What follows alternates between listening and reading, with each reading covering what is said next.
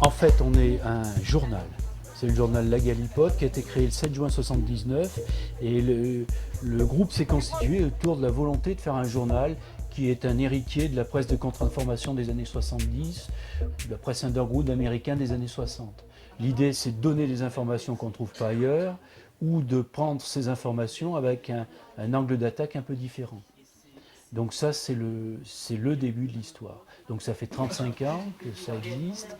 Et donc, petit à petit, on a développé un secteur édition parce qu'on s'est aperçu que c'était complémentaire au journal. C'est-à-dire, on a compris que en Auvergne, c'était pas tellement les auteurs qui manquaient, c'était pas tellement les imprimeurs, c'était pas non plus les lecteurs, c'était la diffusion.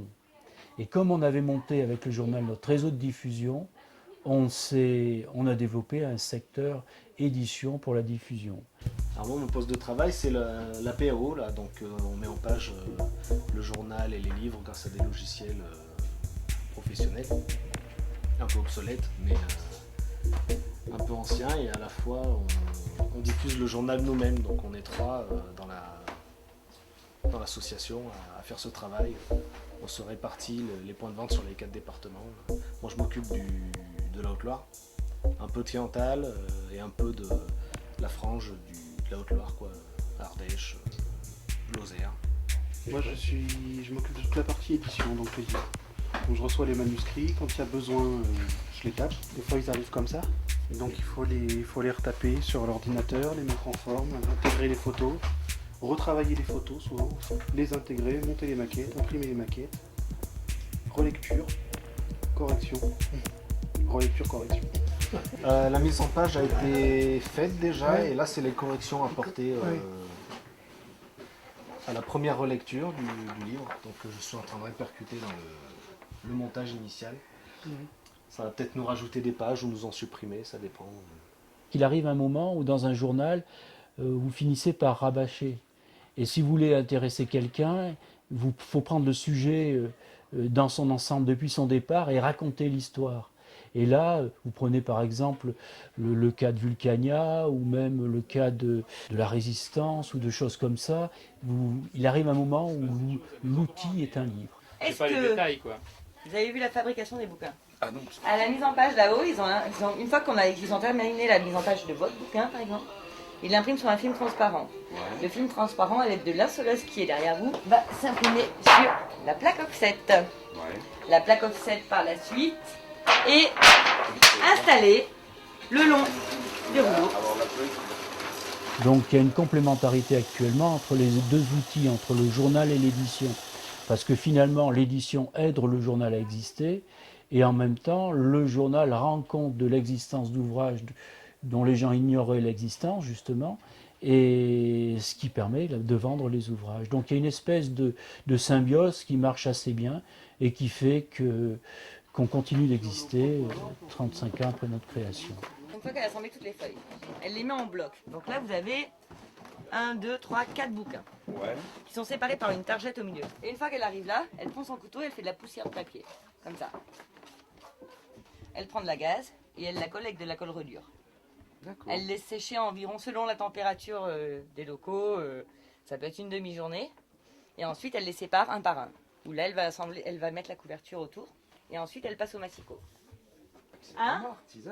Ah, et quand on dit Made in Auvergne, c'est Made in Auvergne. Hein? Pour le journal, les centres d'intérêt, c'est tout d'abord c'est la vie régionale. Hein. Donc il y a une ligne éditoriale quand même hein, qui est philosophiquement de gauche, je dirais, philosophiquement.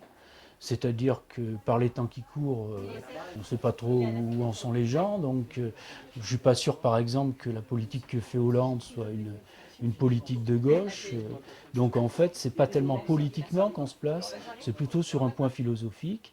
Donc il y a ça. Ensuite, c'est évident qu'il y a une autre ligne éditoriale qui est faite, qui a un côté canard enchaîné hein, dans la Galipote, une place très importante au dessin de presse. Également aux luttes qui nous paraissent des luttes d'avenir. Hein.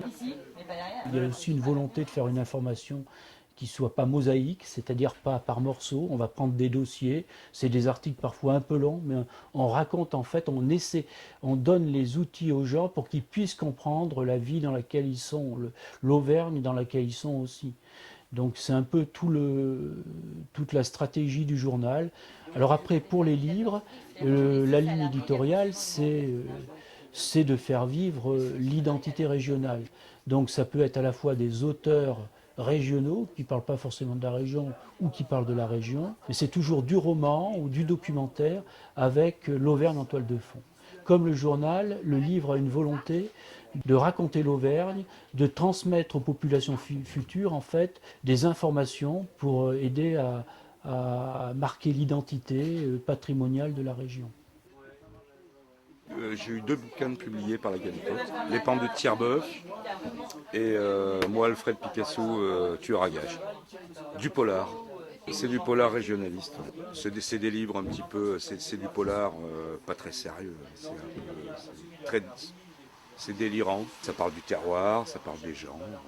Il n'y a pas de pub dans la Galipote. Hein. C'est-à-dire qu'en fait, sur une Galipote qui vaut à 6 €, il y a 20% qui vont au dépositaire, il nous revient 4,80. Sur ces 4,80, il y a 37 centimes à l'État. Enfin, dans le cadre de la TVA, il n'y a rien de magique, mais c'est avec ça qu'on arrive à faire tourner la structure.